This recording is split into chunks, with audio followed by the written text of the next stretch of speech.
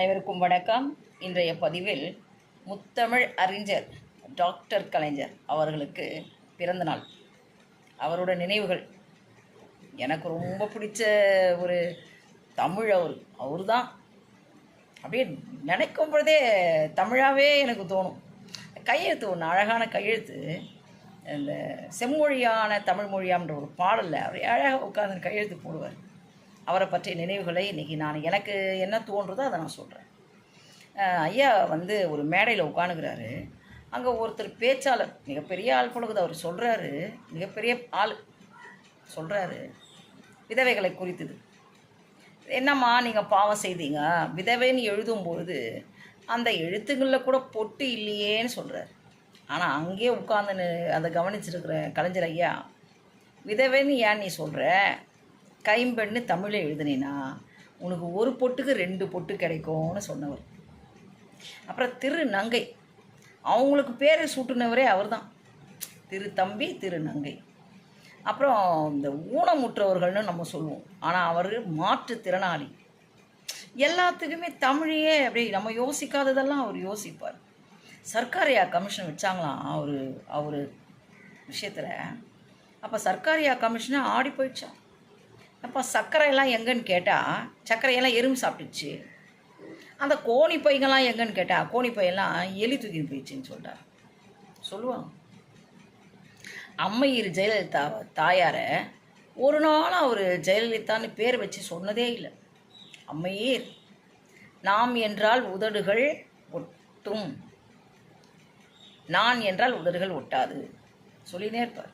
நாம் அரவணைத்து போவதில் வள்ளல் அவர்.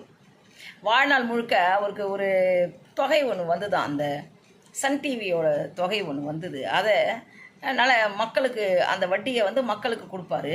அந்த மக்களுக்கு யார் யாருக்கு அந்த பயன் போய் வழங்கப்பட்டது என்று முரசொலியில் எழுதுவார். தான் வசித்த கோபாலபுரத்து வீட்டை கூட தன் மனைவி, அந்த அம்மா இருக்கிறாங்கள, தயாள அம்மா தாயார், அவங்க பேர் மேலே எழுதிட்டு அதை அவங்களுக்கு பிறகு மருத்துவமனை ஆக்கணும்னு ஐயா எழுதி வச்சுருக்கார். எல்லாத்துலேயுமே தமிழ் தான். ராமானுஜர் ஐயாவுக்கு தொடர் எழுதினவர். வான் புகழ் தந்த வள்ளுவன் ஐயாவுக்கு என்ன பண்ணார், சிலை வடிவமைத்து கொடுத்தார். கண்ணகி தாயாருக்கு திரைக்காவியமே இயற்றி கண்ணகி தாயாருக்கு சிலை அமைத்தார். தன்னை பெற்ற தாய்க்கும் சிலை, அப்படியே சிலை எடுத்தவர் அவர். ராஜராஜ சோழன் ஐயா ஒரு காரில் போயின்னு இருக்கிறாரு. முன்னாடி ஒரு காரில் பி இண்டியன் பை இண்டியன் எழுதியிருந்துதான்.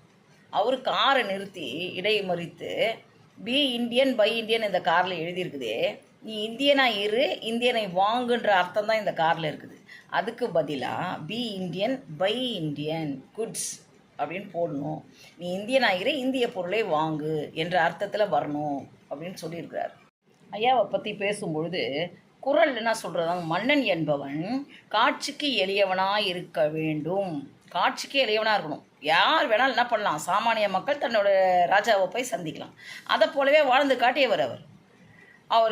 யார் வேணால் என்ன பண்ணலாம், நேரில் போய் சந்திக்கலாம். ஒரு முறை விடிய காலையில் 3 மணிக்கு உட்காந்துக்கிறாங்களாம். அவர் உட்காந்துக்கிறாராம் ஐயா, அந்த கோபாலபுரம் வாசலில் உட்காந்துக்கிறாராம். அவருக்கு பாதுகாப்பு கொடுக்க வேண்டிய போலீஸ்காரங்க அவர் எதுக்கு தூங்கினுக்கிறாங்க. அங்கே முரசொலி ஐயாவை பார்க்கறதுக்காக ஒரு அமைச்சர் போயிருக்கிறாரு. இவர் என்ன பண்ணியிருக்காரு, அந்த காவலாளிகள், தூங்குகிற காவலாளிகளை எழுப்பியிருக்காரு. ஏயா ஐயா உட்காந்துக்கிறாரு, அவங்களுக்கு பாதுகாப்பு கொடுன்னா நீ தான் ஏன் தூங்குறீங்களேன்னு கேட்டிருக்காரு இந்த அமைச்சர். அப்போ கலைஞர் ஐயா என்ன சொல்கிறாராம், அவரை தாத்தானே சொல்லி எனக்கு பழக்கமாயிடுச்சு. நம்ம கலைஞர் தாத்தா சொல்கிறாராம், ஐயா வந்திய முரசொலி மாறனை பார்க்க தானே வந்த, வேலையை பார்த்துன்னு போயா, அவங்களுக்கு தூங்குறாங்க, தூக்கத்தை ஏயா நீ கெடுக்கிற, எனக்கு தூக்கம் இல்லைன்னு நான் உட்காடுகிறேன், தூக்கத்தோட அருமை எனக்கு தான் ஏன் தெரியும் அப்படின்னு சொல்லி எங்கன்னா பார்ப்போமா. காவலாளி தூங்குறான், மன்னன் என்ன பண்ணுறாம்மா, மன்னன் உட்காந்து பார்த்துன்னுக்குறான், பாதுகாப்பு கொடுக்குறாரு. எப்படி இது நடக்குமா? யார் வேணால் அவரை ஈஸியாக அன்றைக்கி என்ன பண்ணிடலாம், புத்தக வெளியீட்டு விழாவுக்கு கூப்பிட்டுடலாம். அப்புறம் யார் வேணால் திருமண விஷயத்துக்கு, திருமணங்கள் அவர் தலைமையிலேயே வாசலெல்லாம் ரோடெல்லாம் நிற்பாங்களாம். ஐயா போகும்பொழுது கயிறை வச்சு ரெடியாக காத்துன்னு இருப்பாங்களாம். இவர் தலைமையில் கோடான கோடி கல்யாணங்கள் நடந்திருக்கு. அதில் ஒரு கல்யாணம் எனக்கும் நடந்துச்சு. பிறவி பயன் அடைந்தேன் நான். அவர் தலைமையில் தான் எனக்கு கல்யாணம். இந்த அவருடைய பிறந்த நாளான நன்னாளில் அவருடைய நினைவு என்றைக்குமே இருக்கும். எப்படி வையகமும் வானகமும் சூரியனும் நிறைச்சி நிற்குமோ அதை போல முத்தமிழ் அறிஞர் டாக்டர் கலைஞர் ஐயா அவர்களோட நினைவுகள் ஒலிக்கும்.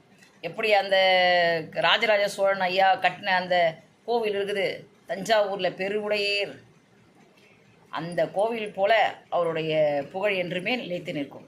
என்றும் அவர் நினைவில் திராவிட முன்னேற்றக் கழகமும் தமிழகமும் இயங்கிக் கொண்டிருக்கும்.